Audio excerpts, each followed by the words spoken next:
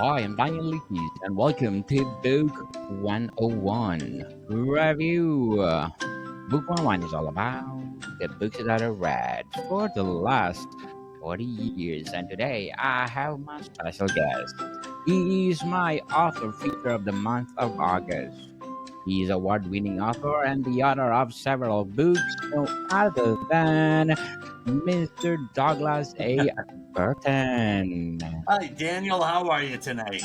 I'm fabulous, fabulous like you, mister. And as usual, can you please introduce yourself? Yes, my name is Douglas A. Burton, and I am an author of historical fiction and lately a nonfiction book about story structure found in heroine-centric stories and then elsewhere as well. But my debut novel was Faraway Bird, and it takes place in the Byzantine Empire. Byzantine Empire. Can you tell us your journey to become award-winning author? Well, some of it comes from a passion for the Byzantine Empire itself. I remember studying the Roman Empire for years. I think most of us have encountered this in history classes somewhere, but rarely covered is the Byzantine Empire. And I remember picking up a book in high school, and I started reading about it, and I became absolutely enamored with the Byzantine Empire. I opened the book up. It was called The Birth of an Empire by Harold Lamb, and he paints a picture of an empire on the verge of destruction as barbarians are closing in, as the Roman Empire has been divided, and the West is collapsing. There's another Roman Empire divorced of Europe in the Middle East and North Africa and the Balkans, and their job was simply to survive. And this really captured my imagination because, nowhere in these pages were the gallant legionnaires of the Roman Empire, the pagan temples and the grandeur of Rome. This was a whole different world, and it was also a Christianized world. And so I fell in love with the Byzantine Empire early on, and I always dreamed of writing a book that takes place in that world.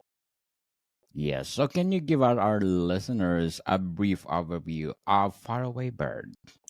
Yes. So this book takes place in the 6th century. It's probably one of the most pivotal centuries in world history because it is known as the pivot point from antiquity to the medieval era. Um, and whereas Europe was experiencing the Dark Ages, the Byzantine Empire was one of the hegemonic forces of the world. They were thriving and flourishing, and this era here, the 6th century, is where the Byzantine Empire really entered its first golden age. And it did so under Justinian the Great and Empress Theodora. And both of them have very fascinating backgrounds. He began as a pig farmer. He was Macedonian and came from nothing. He was raised by his uncle, who was in the military, and his uncle ended up becoming the emperor, or it became his adopted father, and he ended up becoming the emperor. And then, a few years later, Justinian became the emperor himself. Now, his wife, who the book Faraway Bird really intimately follows, she had what I regarded as an astounding background. She also came from nothing. She came from poverty. She's famous in history, or even infamous in history, as a salacious performer. She was a prostitute, and she gained a lot of notoriety for her brazen shamelessness, right?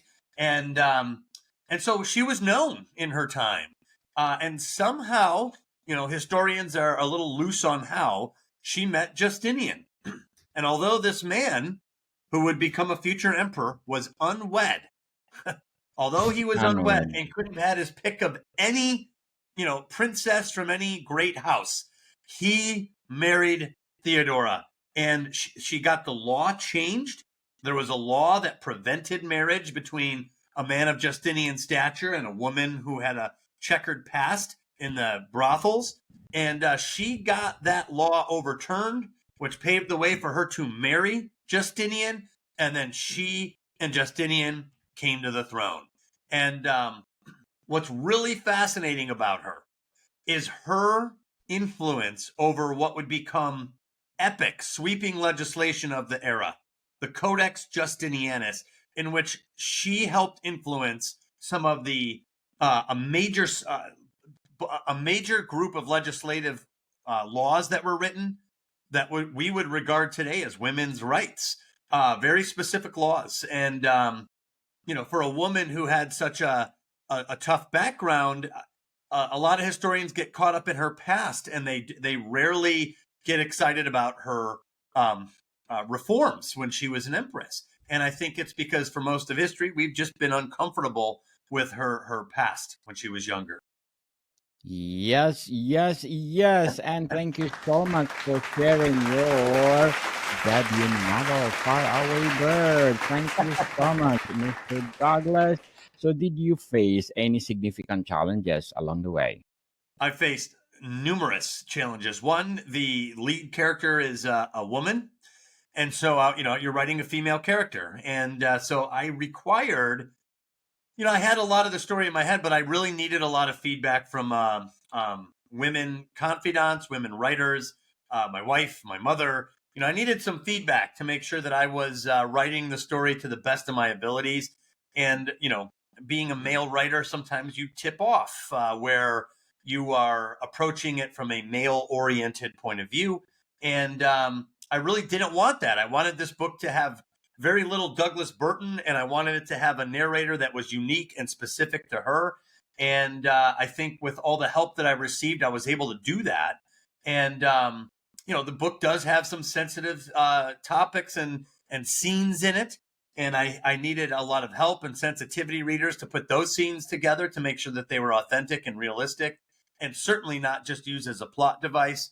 I came up with a hypothesis that her incredible ability to spearhead legislation as an empress at a time when it was not really a thing. Like, there was no women's rights movement in the 6th century.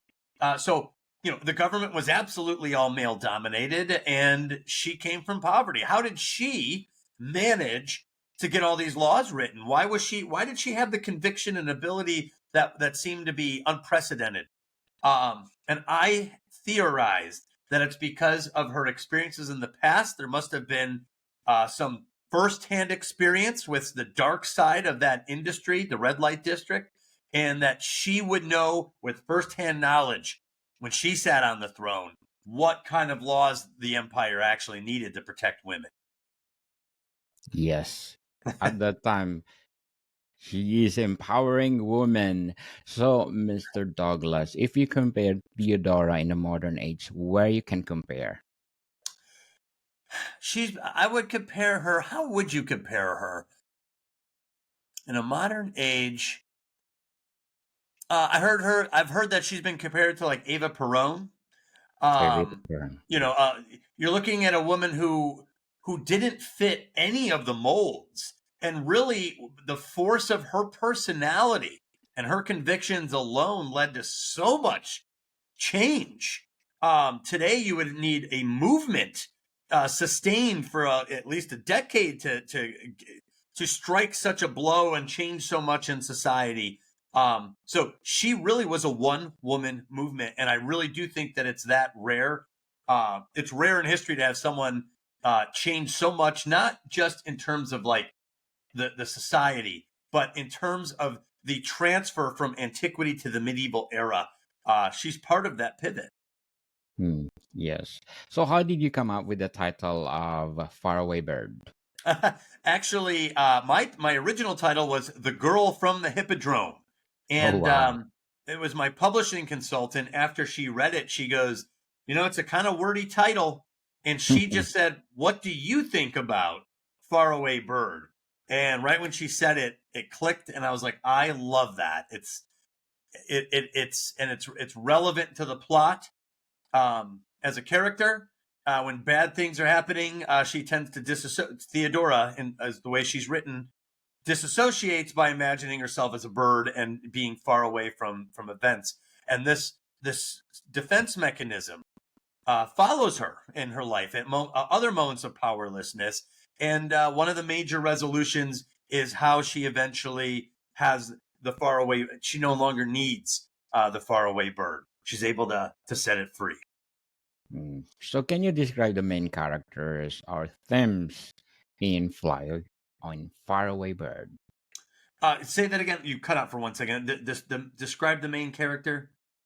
Or themes in Faraway Bird? Yes, there's a lot of themes in Faraway Bird. One is the sense of justice when there's no outlet for it. What do you do when you have suffered an egregious injustice and no one else knows about it? You can't tell anybody else about it. And even if you did tell somebody, nobody would do a thing about it. What happens? What happens inside? What happens to that from a psychological standpoint, from an emotional standpoint, and a spiritual standpoint?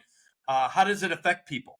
And I had studied, and it was part of the inspiration for the story. I had read some psychological profiles of female exhibitionists, and some of that, they said a lot of female exhibitionists actually have something called counterphobia. Not all of them, but it's a common profile. And counterphobia is where something that you're terrified of, you move toward it. So you move toward it. You do the opposite of what scares you. And that's where I made sense of her character, that she's aggressively embracing something that had made her feel so ashamed and so wounded that she decided to go right into it as a form of empowerment. It can be a very self-destructive solution, and she eventually abandons this, but it was part of her personality to go right toward danger often, and that is persisting into the second book as well. So, did you draw from any personal experiences when crafting Faraway Bird? I did. I think every author brings something from their life experiences into it. Um, Both. So a lot of studies from the Byzantine Empire obviously came into it. Several little moments of my life could be reflected as a variation in many of the different scenes. But I would also say at the time that I was writing it, I had gotten over in 2008, there was a housing market crisis. So in the United States, and I had lost my house. I lost my business. I had become estranged from my friends and my family. And there was this strange sense of isolation and unfairness to it all. And I couldn't seem to do anything about it. There was a sense of powerlessness. And at certain stages in the book, I go through great lengths to articulate those what it means to have lost control of yourself. Your identity takes such a blow that you can never see yourself the same way again. And the shame that follows, and how it's possible to overcome it. That was something that I had felt and experienced. So yeah, there were parts in the book where and it took sometimes years to get one sentence exactly the way I wanted to say it, exactly right. And then there were other conversations I had over many years, long in my past, and then some more recent, where information, stories, personal stories were shared with me, and they had such an effect on me that I also tried to include those stories. I tried to articulate things from those stories into this as well. So there is a lot of authenticity to this story, and a lot of time spent making sure that this felt right. What do you hope readers will take away from your book after they finish reading it? Great question. There's two things really in particular. One, I hope that they fall in love with the Byzantine Empire on some level, because it's something that they maybe had not known about. And reading some of the reviews, that has happened. Some people never even heard of Empress Theodora. So one was to introduce her to as many people as possible. I am writing a second book, and there will be a third, so there will be a trilogy. This would be book one. The second thing that I really wanted to do, the main problem I had with Empress Theodora was she was defamed by a famous male historian of her time, a contemporary. named Procopius. And he writes stories about her in a book called The Secret History, which is widely available. It's widely studied. And people who are familiar with the Byzantine Empire, most of them have heard of this book. And it's not hard to figure out why. It is a slanderous account of Empress Theodora and Justinian and other contemporaries of the era. It's a hit piece, and it tells stories about her that are so salacious, so lewd, and memorable that once you read these stories, you can't get them out of your head. And they're pretty rough. Like when you read what he writes about, like what she did as a prostitute and what she did as a sex worker, you can't get those images out of your head. To be blunt about it, they're you can't forget them. So my problem was it creates a level of discomfort about her. So the second you start to discover that she pioneered in a lot of ways women's rights at a time when it was unprecedented, at some point you're going to run into these stories about her. And those stories will cause you to rethink her, or at least there will be some discomfort in her. And I can see why perhaps his classrooms in schools didn't really spend a lot of time on her, because you'll encounter these stories at some point. So one of my main goals with this book was to tell those stories too, but contextualize them as part of her empowerment arc from where she was to where she went. And I've changed the meaning of some of the most notorious moments, specifically so that when readers are done with this book, they will have heard the worst things ever said about her. They will have read them in this book. They'll know about all of them, but they should be desensitized to it and still find her heroic and admirable as a woman of history. So my hope was to destigmatize her past while telling a story as true to her biographical account as possible.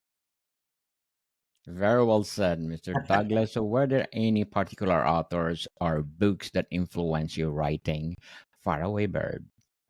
Well, the number one was Birth of an Empire by Harold Lamb. That was the book that introduced me to the Byzantine Empire. And quite frankly, it's one of the best. He, as a historian, a lot of history books can be very dry. His books are loaded with such imagination and such color and vividness that I've never forgotten the book, and it sits on my shelf to this very day. So that was certainly an inspiration. Another book that really inspired me was Memoirs of a Geisha, because it was a similar book. It was a book about a woman in Japan who began in poverty and was taken from her home and really learned this job of a geisha. It's important to make the distinction that a geisha is not a prostitute. However, they had a certain social role and function, and not a lot of freedom, as you would imagine. So it was a time that I realized while reading her book, and by the way, that book is amazing as well. Memoirs of a Geisha, fantastic book. I've read it multiple times. It made me realize that maybe someone who has a checkered past can be absolutely fascinating, even with all the ugly stuff left in. So Memoirs of a Geisha, it was probably a more recent major influence on my decision to write Faraway Bird. So, all the books that you are writing, you are empowering women all over the world. And why is that? Well, I think I told you, or I mentioned just a little bit ago, how in 2008 I lost everything, and I turned to writing as a way to try to keep myself constructive and proactive on something, and I rediscovered the hero's journey at that time, and I had a almost cathartic moment where while reading, I couldn't sleep. I really didn't think I was ever going to come out of this disaster in my life, and I was up late. I woke up. I couldn't sleep, and it was like 2 or 30 in the morning, and I was reading a book on the hero's journey. It was called The Magic of Myth. It was about Star Wars. It was written by Mary Henderson, and there's this part in there called The Belly of the Beast, which is an archetypal design in the hero's story, in which he is destroyed or disgraced and sometimes dismembered. But it's an awful, terrible, symbolic death that this character faces. And yet, this character comes back from that. And oddly, just knowing that the hero comes back from something so disgraceful gave me such legitimate hope that when I found out later that a lot of criticism was levied at the hero's journey because it didn't include many archetypal experiences for women, part of me always felt that that is a real loss. And so when I ran into, when the hero's journey did not work for Faraway Bird, I ended up studying hero-centric stories, and that's when I discovered new patterns that I had never heard of before. I never heard that these patterns could be strung together to form a unique narrative arc.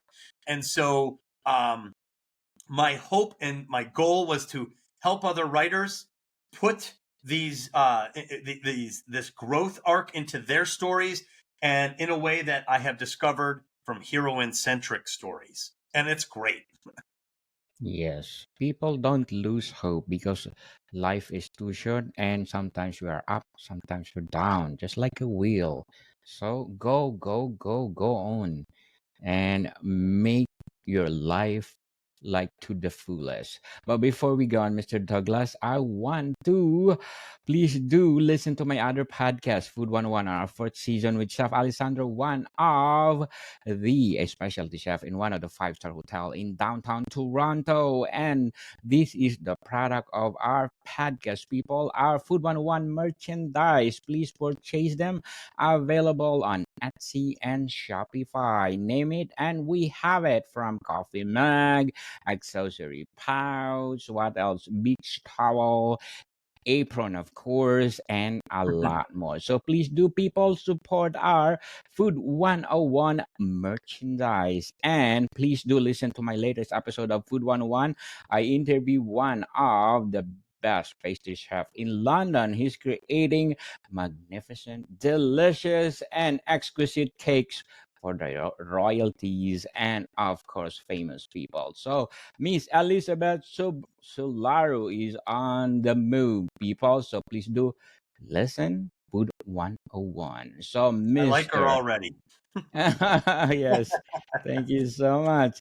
So, Mr. Douglas, how important was research in creating the world of context of your book, Faraway Bird? How important was what now? The research process. Oh, to the maximum extent possible. The world itself is very unusual. There are extinct religions that people are fighting passionately over at the time. It's a Greek-speaking world at a time when Latin was dying out. This is the end of paganism. This is the rise Yes. of Christianity. There is it's centered in Egypt and the Middle East and Turkey and Greece. It's not in Italia and Germany, and so it's a unique world, and a lot of unique components make it to put it together. So it's very important to understand how this world must have existed. It's not ancient Rome; it's different. And I wanted to understand how this world functions so that my characters could occupy places that all felt real and that my characters felt real. And hopefully I did the job of bringing the Byzantine world to life. Yes, for sure. Again, a cheering squad for you, Mr. Douglas. Thank you so much for giving us another historical novel. And what message or lesson, if any, would you like your book to impart to readers? The number one lesson I would say is, and you kind of touched on it, not to give up hope, to fight for the things that you believe in, and don't be afraid to make a stand, regardless of the consequences, if you believe in what you're doing. Yes. So, is there a specific scene or chapter in the book that holds special meaning to you? Yes, there is. One of the final chapters of part one. It's all based on an absolutely documented reality in the history books. However, in the history books, it's a footnote. It's a footnote, and I couldn't help for decades reading this over and over again and trying to imagine this moment in my mind. And I was like, this is extraordinary. And what happens is Theodora and she had 3 sisters. She's the middle child, and her mother and a father, and the father died, and the mother was left without a husband. So she remarried to keep a certain post in order to secure income. Otherwise, the family would be out on the streets. And then for political reasons, they removed the post of her new husband. And so they were destitute. They were about to become literally homeless. And her mother decided, and her mother's name is lost to history. And this is what I mean by this being a footnote that I couldn't get out of my head. She dressed her daughters up in they wore white dresses and garlands. She went to the great hippodrome of Constantinople, in which the chariot races were performed, and she pinpointed the guy that took away that post, and she challenged him in front of 80,000 spectators in what was a social battle, to get the crowd to laugh at one or the other. And she, when I imagine one poor woman challenging an actual elite sitting amongst only men in an 80,000 male crowd, I can't. And she loses this battle. That she's disgraced in it, and she's rejected. However, on the other side, a rival faction witnessed what she did, and they took up her cause, and they offered her husband a post, and she was able to keep the post by switching sides, changing allegiances. And I thought, what a woman. Wow. And I was like, that's Theodora's mom. So it was very important for me to include that scene in this book with all the context and meaning and all the detail to bring that moment, that footnote, to life. Yes, indeed. So, how do you think Faraway Bird stands out in each genre or category? I think it stands out. I tried to make one of the most detailed, dramatic, serious stories that I possibly could that takes place in the Byzantine Empire.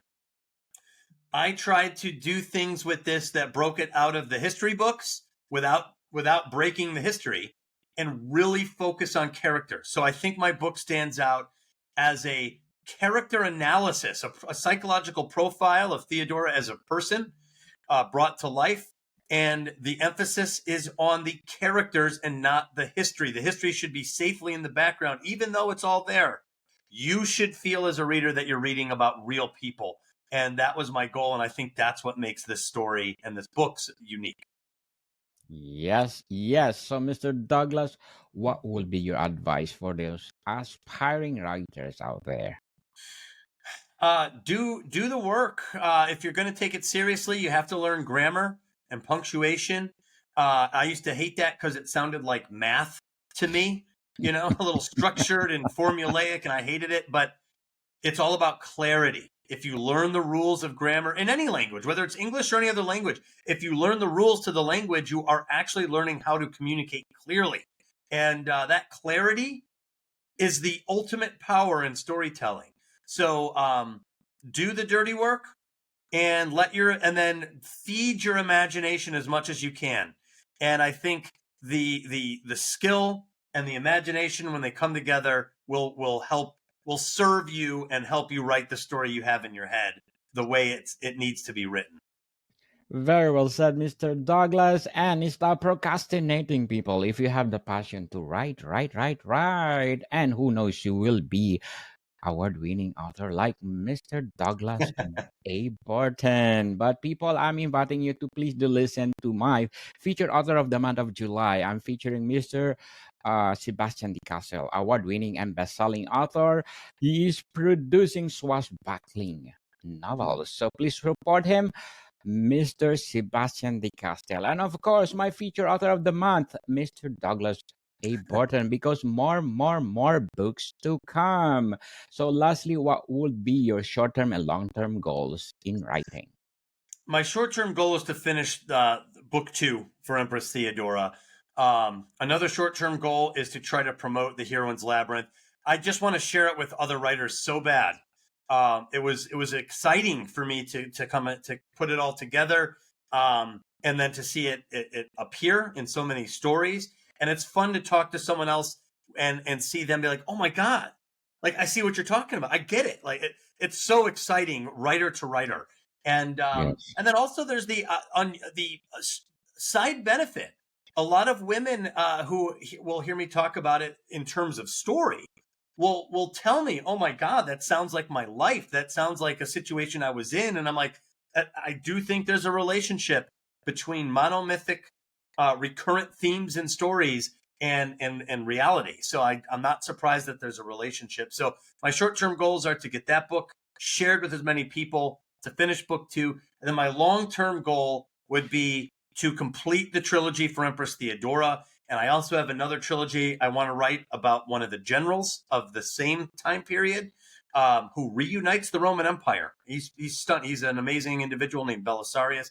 So by the time I kick off this mortal coil, I would love to be considered one of the premier Byzantine authors ever. That would be wonderful. Yes, ever. So looking forward for those books, Mr. Douglas. So can you please invite our listeners to support all your books? Yes, please check me out on my website, douglasaburton.com. There's a little bit about the heroine's labyrinth. There's a 6-minute video which I encourage everyone to watch. It'll give you an insight into just one archetypal design that I think you'll find absolutely fascinating. There's also a little bit more on Faraway Bird. You can see some of the awards that it won. You can read an excerpt there. So there's a little bit about everything on my website. You can also find me on Twitter at Douglas A. at Douglas A. Burton, and I also have a Facebook author page as well. You can find me there as well.